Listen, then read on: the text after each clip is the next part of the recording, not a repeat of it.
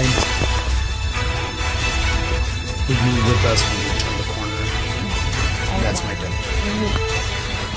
At the end of the hallway. Thank you. He said, why would I, there's no one about. He said, this is the demo. We should ask them. We should ask them. We should ask them. He's really not happy with any of us. It's like, what the hell do you expect? Major controversy right now. You're making it worse for yourself. Yes. Okay, cool. Yeah, thanks.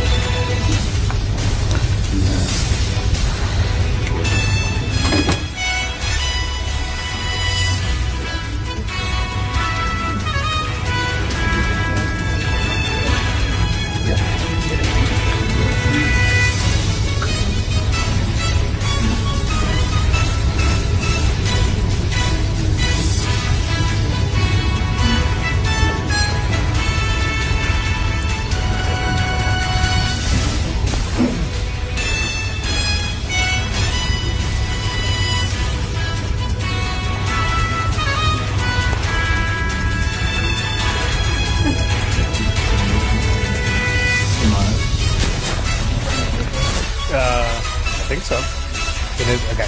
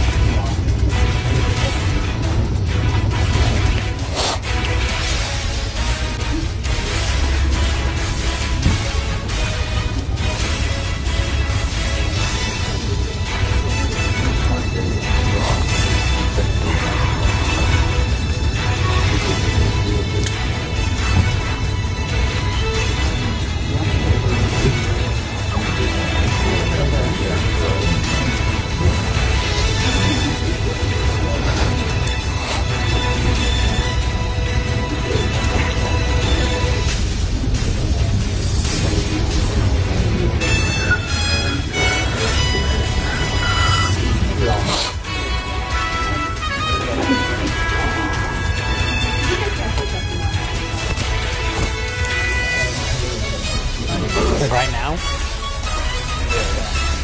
What's the number? I know.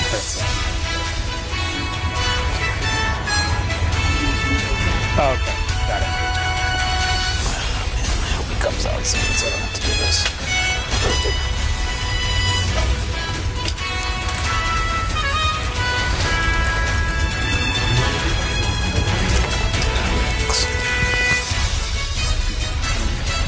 Oh wait, this is you?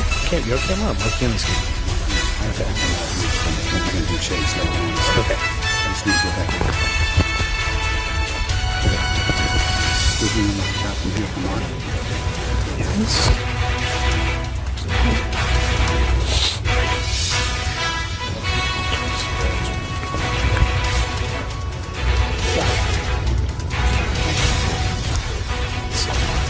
The number is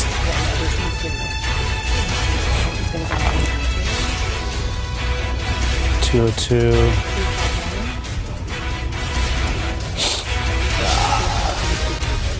202-351-4524.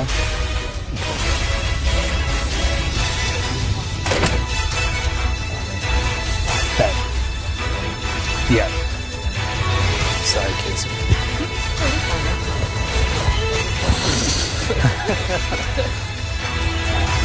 It was fun. Yeah, I got you. Yeah, I got you. Sure. 1, 2, 3, 4, 5, 6, 7, 8, 9, 10. 1, 2, 3, 4, 5, 6, 7, 8, 9, 10. 1, 2, 3, 4, 5, 6, 7, 8, 9, 10. Okay. John and Poppy. Yep.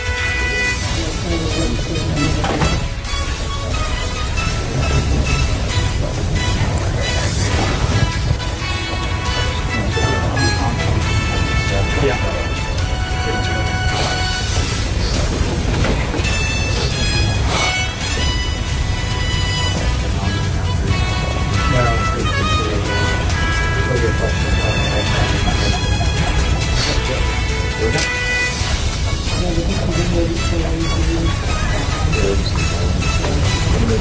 No, I mean, the way it works.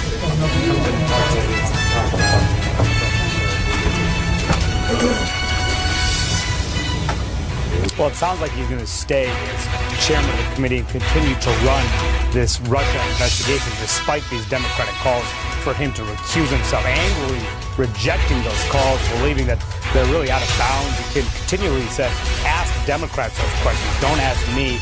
I'm moving forward with this Russia investigation, and Republicans on the committee support him staying in that position. A number of Republicans going into this conference meeting where Republicans just met signal that they do support him, including Pete King of New York, who said to me, absolutely not should Nunes step down. This will be just giving in to Democrats. So Nunes really rejecting any notion that his standing is undermining this investigation, believing that it's going to go forward. But he did not answer some key questions, including whether or not the White House itself asked him to cancel a public hearing scheduled for today with 3 intelligence officials, including Sally Yates, the former deputy of the Justice Department, because they did not want her to testify about what she knew about Michael Flynn, the contacts with the Russian ambassador. When we asked Nunes that directly, he would not say. And he continually discussed how the committee plans to move forward, not getting into the back and forth. I also tried to get him on the issue of whether or not the Russia investigation itself came up in that private briefing he had with President Trump last week as he got that new surveillance information. And he would not go there either. Said, I've already addressed that issue. And it was just a simple yes or no question. Did you talk about Russia at all? And why that's significant is that some members on the committee believe that he may have compromised this investigation by talking about Russia at the same time as the committee is investigating Russia and those alleged contacts that happened with the Trump campaign. But the upshot being that Devin Nunes says he's not going anywhere, and it will take Republicans, in particular Speaker Ryan, we're going to hear from momentarily, to call to step down. We're not getting any indication that will happen as of yet, guys.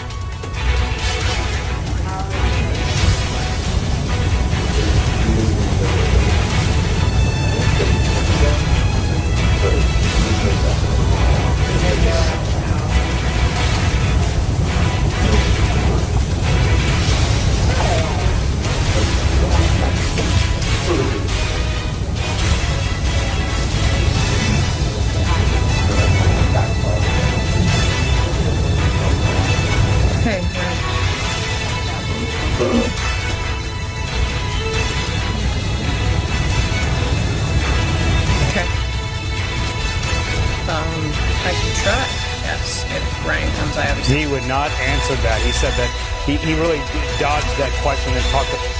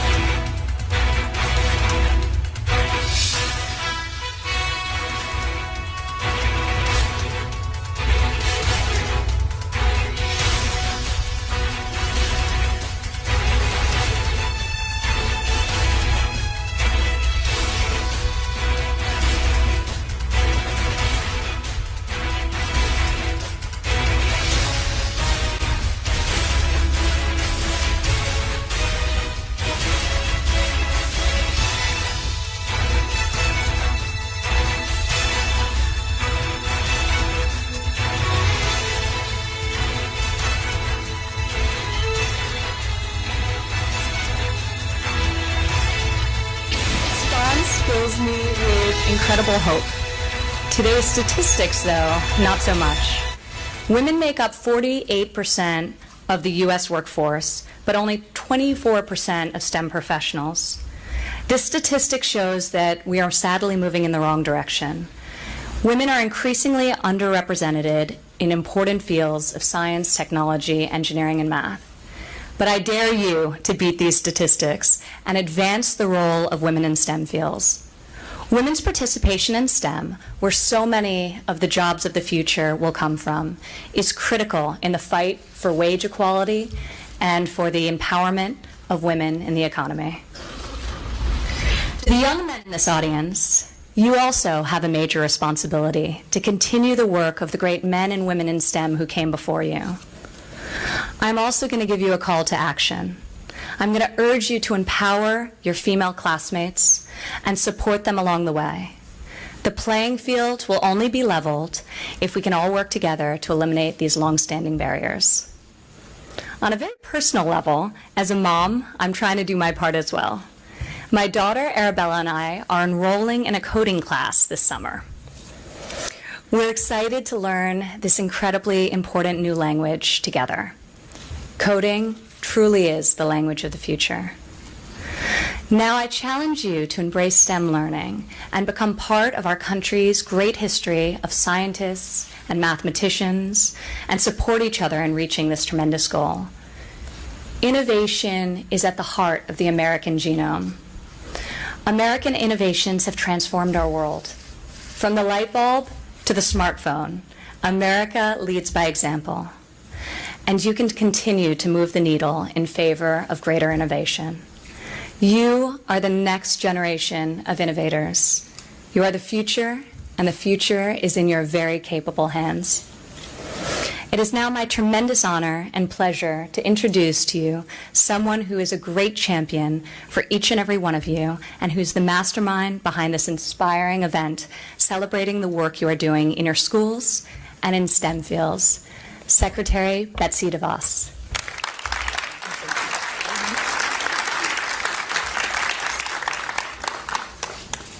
Thank you so much, Ivanka, for that very kind introduction and for your great remarks. And thank you to General Daly for hosting us here at the museum today. Thank you to the engineers and our astronaut for being here today. We're excited to hear from you in a few moments. I want to begin, though, by asking all of the students in the audience, how many of you have dreamt of being an astronaut? Can I see a show of hands? Quite a few. How many of you would like to go into outer space someday? Lots more hands. Well, you're going to need the ones that first raise their hands to get on that first. Today, you're going to learn about some of the people who first made it possible for people to go to space. I'm going to date myself and say I'm probably one of the few in this room that actually remembers when a human first stepped foot on the moon. I don't know how many of you students have seen video film or film footage of that event. Can I see a show of hands for that event again? That was an amazing moment. I think I was 10 years old at the time. And I'll never forget the feeling of pride that I had by seeing our American astronauts set foot on the moon. You here represent the future for this nation. And Ivanka talked about the fact that her father has set out the goal and the aspiration of reaching Mars with humans. And I know that there's probably someone in this audience who's going to be part of that important mission. I'm excited about the movie that you're about to see. I've had the opportunity to see it. It is a really inspiring movie. And the women in this movie, Hidden Figures, showed that it doesn't matter whether you're a boy or a girl, whether you're black or white, you can be great at whatever you do, so long as you believe in yourself, you work hard, and you stay true to your convictions. In a minute, we're going to meet an accomplished astronaut. But I want to mention another trailblazer that I recently met. Her name is Shasta Wise. Shasta and her family fled Afghanistan when she was a young girl. She didn't fly in a plane until she was in high school. But from the moment she took off on her first flight, she knew she wanted to be a pilot. She was committed to her dream and she worked hard to achieve it. She became the first civilian female pilot from Afghanistan. And now she's founded her own nonprofit called Dreams Soar, with a mission of inspiring the next generation of STEM and aviation professionals. She's about to begin a flight around the world to encourage women to get involved in STEM and aviation. She's stopping in 28 countries on 5 continents. She's just one of many trailblazing young women who are promoting the importance of STEM education and the field of aviation. Now, there are still barriers to overcome, just like there were for all of the women that you're meeting today. They paved the way for your success, but you can do your part to improve the lives of women in the future. I mentor a teenage girl in my hometown, and that's been a very, very informative a relationship for me, a very important relationship. I want to encourage the young girls in this room and the young boys to think about mentoring in your lives. Who here has a younger sister or a younger brother or a younger cousin?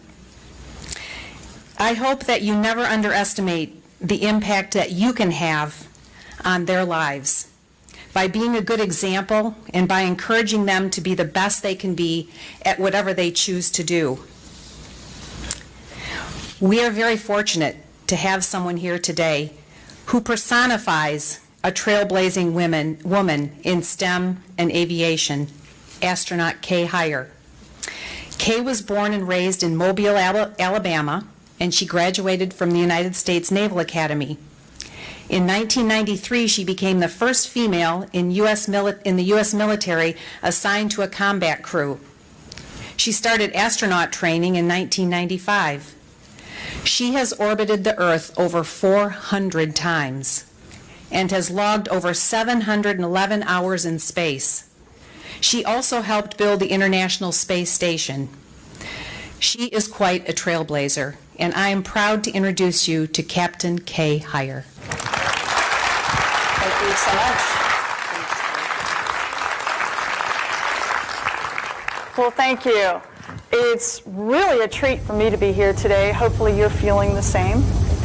And it's especially fun to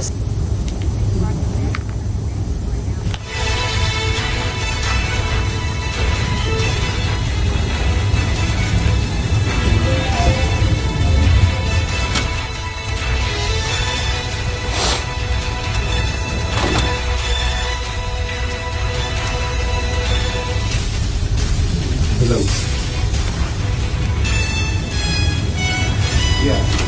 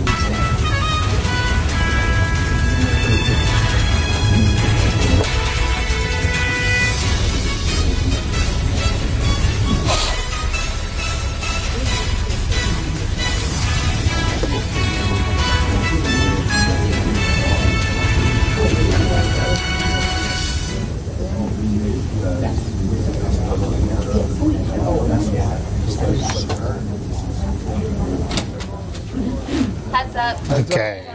Heads up. Ryan's coming. Remember when you guys had Polaroids? You had to, like, you know, it's twisted. Right. Is that a Polaroid here? That's what I. Good morning. We just had a very, very good meeting with our members. As I said on Friday, we all have to reflect on what we could have done better. And this discussion was an honest and very constructive step forward. We are united around a common set of principles. We are united around our agenda. And we all want to advance the cause of freedom and limited government. We all want to make it easier for families to pay the bills and take care of their loved ones. We all want a system in healthcare where everybody can have access to affordable coverage. We have more choice and competition. We don't want a government-run healthcare system. We all agree on these things. So we're not going to retrench into our corners or put up dividing lines. Today, we broke down many of those dividing lines within our conference. There's too much at stake to get bogged down in all of that. We're going to move forward on the things the American people sent us here to do. Today, the House is going to act on another Congressional Review Act measure to reverse bad regulations. So far, Congress has sent 10 of these measures to the President's desk. In the 20 years before this, Congress did one of these. We're also committed to securing our border, rebuilding our military, and fixing our infrastructure. And we want this to be the last tax season Americans have to put up with this broken tax code. Since I became Speaker, I have talked about the need to go from being an opposition party to being a proposition party and a governing party. It may take a little bit more time, but we are certainly listening and we're going to get there. The way I would just describe the meeting we just had with our members is we are going to work together and listen together until we get this right. It is just too important. Obamacare is a collapsing law. Obamacare is doing too much damage to families. And so we're going to get this right. And in the meantime, we're going to do all of our other work that we came here to do.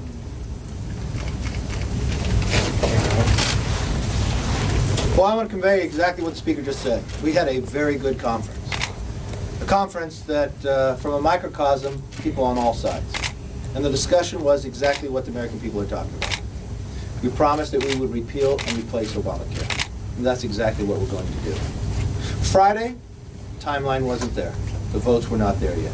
That doesn't mean that we're not going to get there. And that's what this conference was about and what we're actually working towards. In the meantime, we will go back onto the floor, as the Speaker talked about, from our regulatory reform. As you watched, prior to this Congress, only one has ever been signed into law. Well, we will take the FCC privacy regulation up. That'll be the 15th one that has passed the House. The President signed 4 others into law yesterday, again surpassing the total. This is the part of the plan of putting America back to work, bringing common sense regulation back, and continuing on our path to repeal and replace Obamacare. And coming out of that conference, I have more confidence that we will get it done. After this morning, the resolve of our conference to repeal Obamacare and replace it has never been stronger. I think it was really positive. The openness that members have to working to get the yes that weren't there. And I do think it was important again to point out that the vast majority of our conference was already there in support of the bill that we want to put on President Trump's desk. To my Democrat colleagues who were celebrating Friday's action, I think their celebration is premature, because I think we're closer today to repealing Obamacare than we've ever been before, and surely even closer than we were Friday. So we're going to keep working. This issue isn't going away. Obamacare continues to fail the American people. You're going to continue to see double-digit increases in premiums because Obamacare doesn't work. And so the fact that our conference is more resolved than ever to repeal this law is very encouraging, and we're not going to stop until we get it done. Coming out of the conference, I remain very optimistic about our agenda. And from the beginning, we've known that it is a very aggressive agenda that we have. And we remain committed to a better health care future to every person in this country. We also want to get to tax reform, keeping America safe, rolling back the regulations. We're working on that again this week, putting people back at the center of this government. We are committed, fully committed to rethinking this government from top to bottom. Because if there's one thing that last week taught us, is that we are united around shared goals. Now, how we go about implementing our vision is sometimes where we differ. But I am confident. I'm confident in our ability to come together, unify around shared goals, and improve everybody's lives in this country. More freedom, more opportunity for everyone in this country. Does anyone have any questions? Casey. Two questions, if I may. One, should Devin Nunes recuse himself from the Russia investigation? And two, do you know the source of his information? No one knows. Mr. Speaker, can you talk about exactly what you mean by getting it right on the Affordable Care Act now? Obviously, insurers have to make decisions by June. And do you think Probably that, before then. Yeah, but they're making decisions really soon. Do you anticipate either any action before Easter recess or before August recess? I won't tell you the timeline because we want to get it right. We have an aggressive agenda, and we've been moving quickly in this aggressive agenda, but we want to make sure that we get it right. We had a very constructive meeting with our members. Some of those who were in the no camp expressed a willingness to work on getting to yes and to making this work. We want to get it right. We're going to keep talking to each other until we get it right.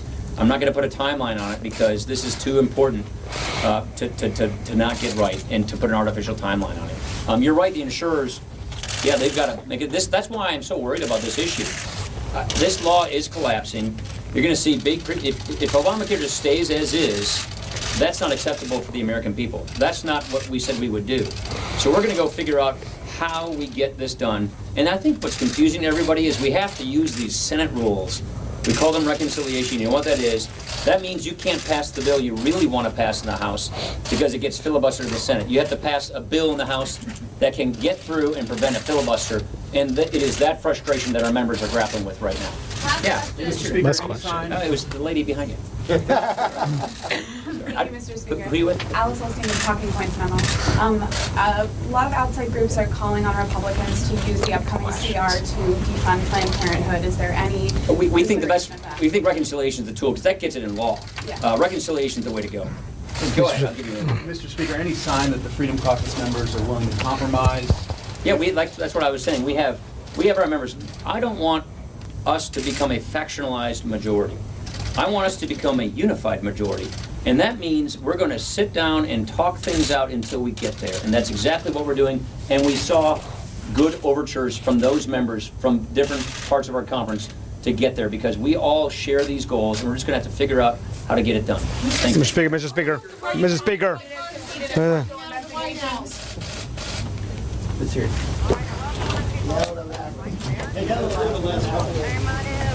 Yes. I hear you. Where do you want me to stand? Do you want me to move up?